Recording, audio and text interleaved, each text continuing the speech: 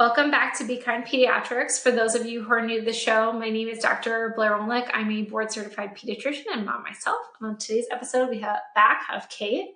Hi, I'm Kate Faraci. I'm the founder of It Starts With Sleep. I have studied child development for over 20 years. I have a master's in general and special education, and I've been a classroom early childhood teacher for 16 years and counting. I'm the founder of It Starts With Sleep, which is I'm a certified pediatric sleep consultant, and most importantly, I'm a mom of 3 to a 6, 5, and 2-year-old. Amazing. Let's dive right in. Welcome to the Beehive Dock Talks with Dr. Blair Rolnick. As a pediatrician and mother herself, Dr. Rolnick is here to answer your most pressing parenting questions and guide you through the tough spots.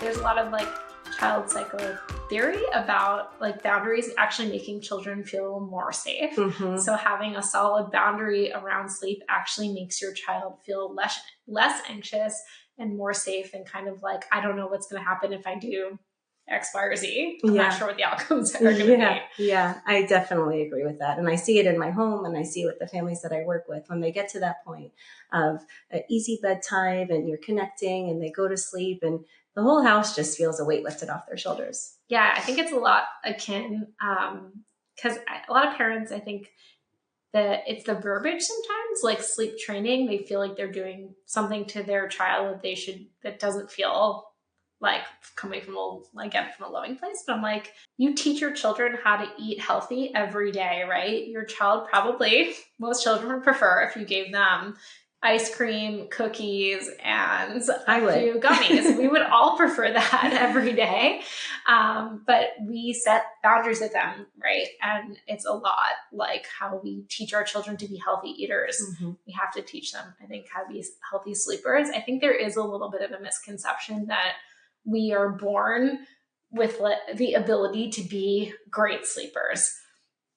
And I think maybe that was true a couple hundred years ago when we didn't have screens and artificial light and sound pollution, but we live in a very different time frame. And now I think we are in a place where I feel that we do have to teach our children how to be good sleepers. Yeah, it's a lifelong skill and a skill that needs to be taught, just like reading and writing. But I wanted to ask you too, if you're seeing an impact on screen time for these school-age children as well, and in regards to sleep. Yeah, so I think when a patient first comes to me, and sometimes actually they don't even mention that their child is struggling with sleep. It just comes out when I'm asking very specific questions. So actually when I tell doctors in training, I'm always like, don't just ask, how does your child sleep? Because a lot of parents will say, good. And then you're like, well, what time do they go to bed? What time do they wake up? Do they wake up at night? Ask those very specific questions, or else you might not find a problem that's actually there. So some of the kind of troubleshooting I do before I recommend a sleep consultant is just address some of the basic problems that I see constantly with sleep. So those are going to be, first and foremost, what's the screen time exposure like before bedtime? And I actually do take the time to sit down and explain to parents, how do we fall asleep and how do we stay asleep from a physiological standpoint? Mm-hmm. So I think, this is a totally different topic because melatonin always comes into the conversation, or frequently comes into the conversation at this point. But I tell parents, the main mechanism, the big hormones, although many are involved in sleep, that plays a large role is melatonin. And melatonin is made in our brain, and it helps us go to sleep and maintain our sleep.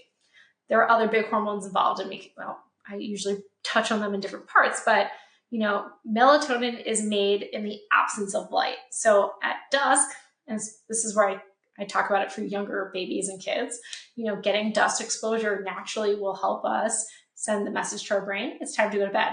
But if you go out at dusk or in the dark and your brain doesn't sense any light, it says, okay, let's start making some melatonin so we can go to sleep.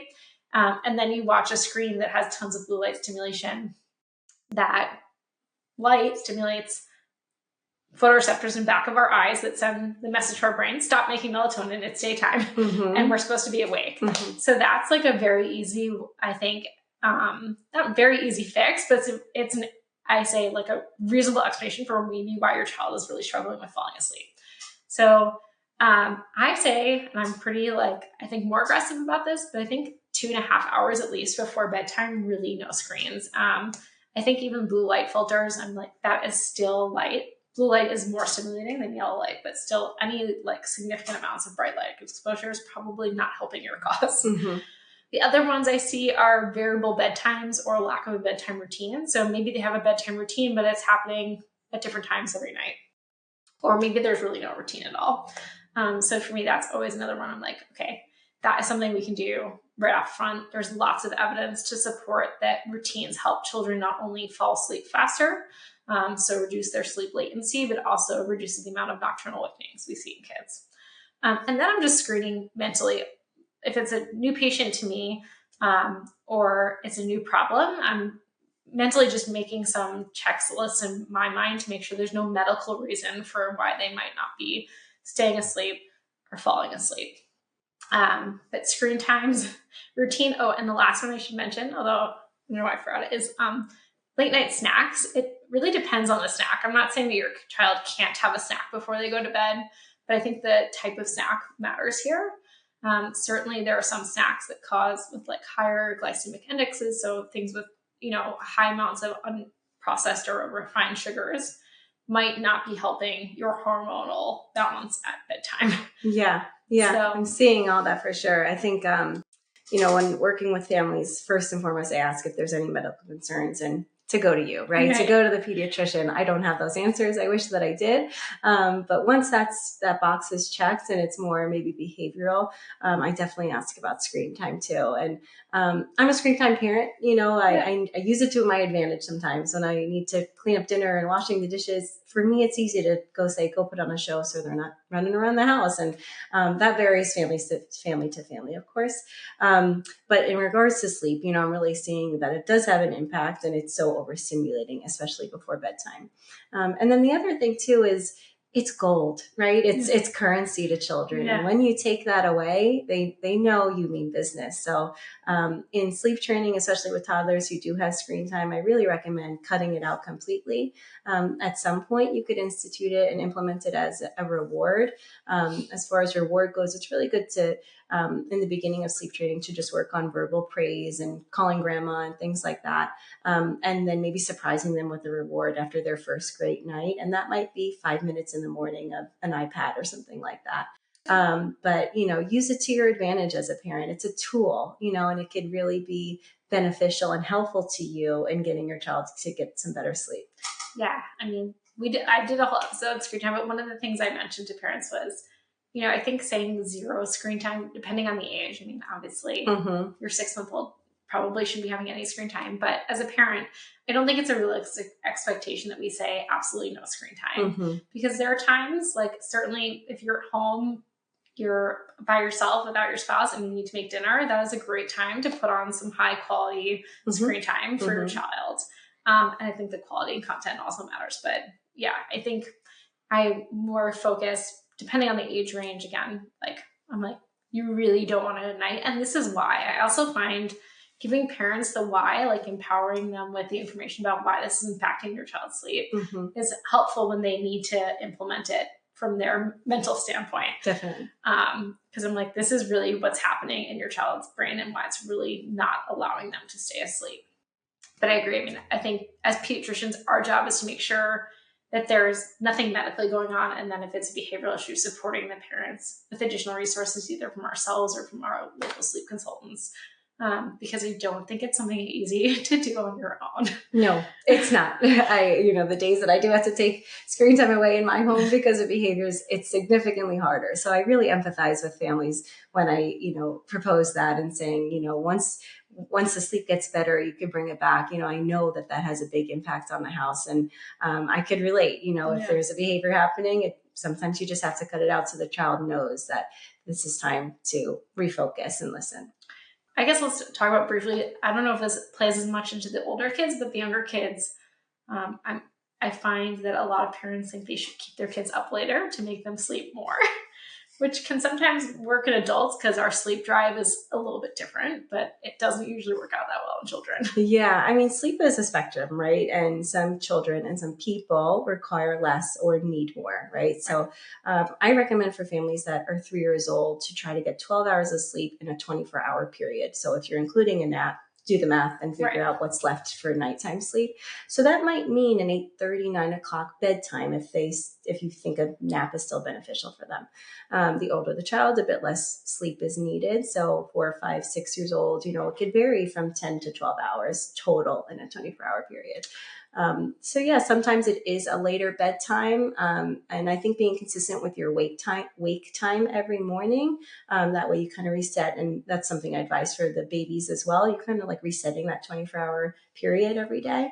And then again, it's all about consistency, right? So if you're sticking to that pretty much same bedtime, that's when you're going to get to better nights of sleep. And I find the more consistent you are, the more flexible you can be going forward once your child is a pretty good sleeper. And that means in the summer, you're out late for a barbecue or you're sleeping over at a grandma's house or something like that. You could bend the rules and stay up a little bit later because they still know what's expected of them. And when they go back home, they know, okay, I'm back in my room, I'm back in my bed, and this is how I do it. Yeah, I think I'm actually glad that we brought this up. There's like a couple other scenarios where in the older kids, I'm talking about sleep problems more frequently. One is when there's a big family trip planned and they're like, but I just got my so-and-so to sleep. And I'm like, yes, but I like to follow the 80-20 rule pretty much for everything in pediatrics. 80% of the time, shoot for routine and perfection, but 20% of the time, live your life. Absolutely. 80% of the time, eat really whole foods. 20% of the time, there's a birthday party. Let them enjoy it. 20% of the time, you want to go away for the weekend or you're out on the beach or it's summertime and they're playing tag. Like, let them have that moment. It's that you are kind of routined in the majority of your time. I also find that some parents implement a strategy, which I think is interesting and works for them, but in the summertime when it's light longer and their children can get an extra hour of outdoor play or family time, sometimes they're pushing that bedtime back an hour. And usually I say that's okay, as long as their children are waking up happy and rested. And if they're not waking up happy and rested, probably they did need that extra sleep. So maybe if you have a flexible wake up time, either push it back, or if you don't have a flexible wake up time, like they have school and they have to be up at that time. I agree. I mean, summertime is meant to be fun and staying up really late and catching fireflies, right? That's a part of your childhood. But yeah, I think, the more consistent you are, 80% of the time, that's where you're allowed to bend the rules a little bit. I take pride in my good sleepers, and I knew when they were still on a nap schedule, my older two, that they weren't going to fall asleep on the beach. And that meant we would have to go back to the house for nap time. And it was okay because I knew that was best for them. And that worked for us, right? All of this, it depends on the family. You do what works for you. I'm like, it's just a great example that you just brought up on the beach, because my son was somebody who could nap like literally anywhere upside down, hanging in a tree. But that's just who he was. It wasn't that. I hear a lot of families say like, I'm worried that if I have blackout curtains and I have a strict bedtime, that's the only way that they're going to sleep. And I think a little bit, some of it's out of our control. It's a little bit your family needs and a lot of it who your child is. Yeah. And really it varies family to family. I've worked with a family who really likes to travel a lot in an RV, and we kind of made the sleep plan work for them. Right. That's so cool. Yeah. I think there is something to be said when a child, I had a COVID kid, so he was so used to napping in his room every day because we were on lockdown. Right. So he wasn't as flexible napping on the go. So I'm always jealous of the families that could do that. But I like to say that's the price you pay for a good sleeper, And when you skip the nap because you're enjoying the beach, what's the worst that happens? You have a cranky 6, 7 o'clock PM. You're going to be okay. Because again, they're going to go back to sleep. If this is happening every day, it'll result in different sleep. But you're supposed to stay out a little bit later. And when I'm working with babies, I don't want families to feel that they're nap trapped every day. Try for a nap on the go if you have to run to Target or something like that. And if they don't sleep, they will at their next nap or at bedtime. Right. That's a great point. And we're not talking about this age group today, but the one age group I found so challenging are the older kids, because they can't control school time when they need to wake up, which is usually quite early. And they have after school activities and homework that needs to get done that pushes their bedtime back. So that's probably a topic for another time, but that is definitely, I feel for those parents, because I'm like, I can't find any room in your child's schedule either. But I'm so glad that you came out today. I hope that the parents out there find this information empowering, especially if you're in the thick of it. Just know that you're definitely not alone. This is something we see all the time, or I see all the time. And it's definitely, there's also light at the end of the tunnel. It's definitely a fixable problem. And I find that for most children, 90% of the time, when you implement some sort of well thought out strategy and you have good support, with time and consistency, it will get better. It's just if there's a lack of consistency or a breakdown in that well thought out plan, that you can kind of maybe not achieve the outcome we were looking for. Yeah, I really appreciate you having me here today. And, for all the families that are struggling, like I said, sleep training is definitely hard, but what you're doing now is much harder. So when you are in the process of it, it's always you're going to be on a good trajectory to progress. And like you said, the light at the end of the tunnel to more sleep in your home. Thank you for watching the Beehive Dock Talks with Dr. Blair Rolnick. For more episodes and her practice, visit BeKindPediatrics.com, and don't forget to subscribe for more parenting tips wherever you get your podcasts. This information is for educational purposes only. It is not medical advice. Always seek medical advice from a qualified physician.